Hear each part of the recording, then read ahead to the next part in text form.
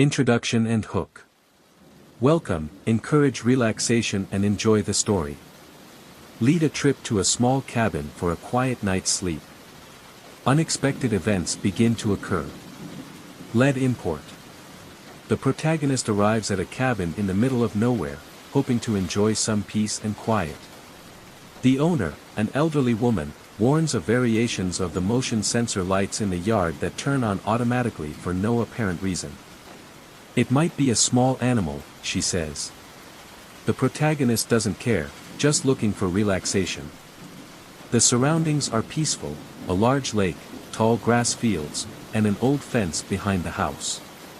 The first night passes in peace and quiet, until the motion sensor lights in the yard come on. First incident. At 3 a.m., the protagonist is awakened by light shining into the bedroom.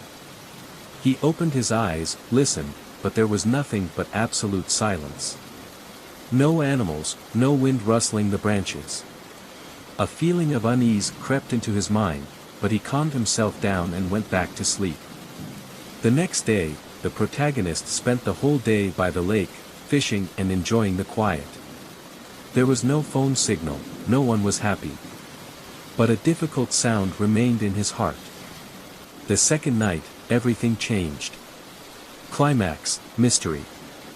The protagonist was watching a movie on his laptop, enjoying the evening. But when the screen flickered, he noticed something moving outside the window. A shadow. He turned off the movie, listened. The lights in the yard turned on.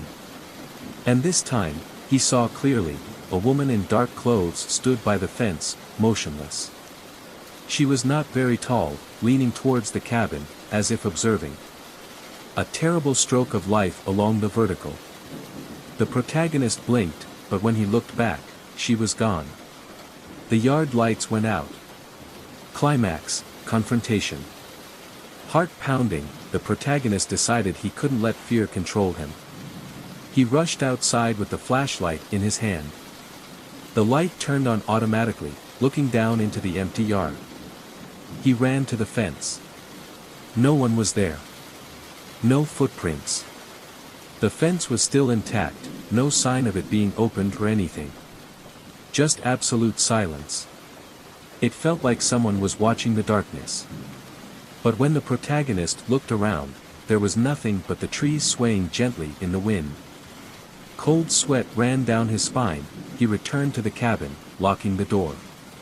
Subscribe to the channel. Where are you from and what time are you watching now? Relax and unwind. I never thought I would be afraid of a man in a helmet, but here I am hunched over behind the curtains in my living room. My heart is pounding as I watch him circle my house like a vulture staring at its prey. It all started out like a normal Tuesday. I was working from home, burying my head in spreadsheets and conference calls, when a flash of yellow light caught my eye. Glancing out the window, I saw a man in a utility worker uniform standing on the sidewalk holding a clipboard. He seemed to be inspecting the houses on our street, taking notes as he walked. I didn't think much of it at first. Utility workers are a common sight in the neighborhood, always checking meters, trimming trees, stay away from the power lines. But as the day went on, I noticed he was still there, lingering longer than necessary. Mid-afternoon, my curiosity turned to restlessness. The man had been out there for hours. His attention was focused solely on my house. I watched him pace back and forth, scribbling furiously on his clipboard. Occasionally he stopped to stare at my window, as if trying to see inside. I double-checked the calendar on my fridge. No, I hadn't forgotten any maintenance schedules we hadn't reported.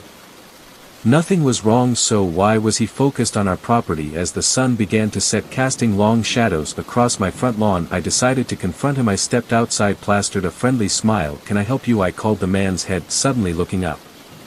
Eyes met mine for a moment. He looked startled, as if he hadn't expected anyone to be home. Then his face softened into a smile. "Smile blandly. Just doing a routine check, ma'am," he answered. His voice was odd. Nothing to worry about, but there was a lot to worry about when he spoke to me.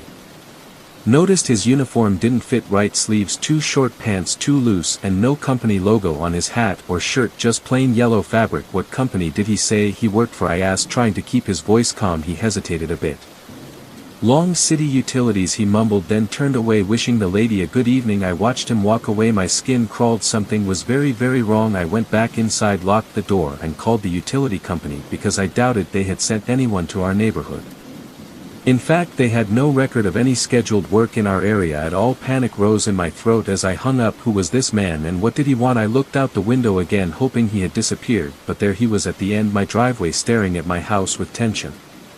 It made my blood run cold. I called the police. My fingers were shaking as I dialed. The dispatcher assured me they would send someone out to check it out, but it might take a while. Apparently there had been a major collision on the freeway and most of the cops were tied up with that, so I waited and watched the sky darken. The street lights flickered on. The man was still a creepy silhouette in the gathering darkness. He had dropped all pretense of working now, no longer bothered with his clipboard. He just stood there watching, waiting. I made sure every door and window was locked. All the curtains were zipped up except for a small crack I could see through. My phone was clutched in my sweaty palm, 911 ready to call at any moment. Hours passed. The street became quiet as my neighbors settled in for the night, unaware of the silent confrontation happening outside. I didn't unable to take my eyes off him, afraid that if I looked away for even a second he would act. It was almost midnight when he finally did. I had just glanced at my phone to check for updates from the police when I heard a light scratching sound coming from the side of the house. My heart jumped into my throat when I realized he was no longer standing in the driveway,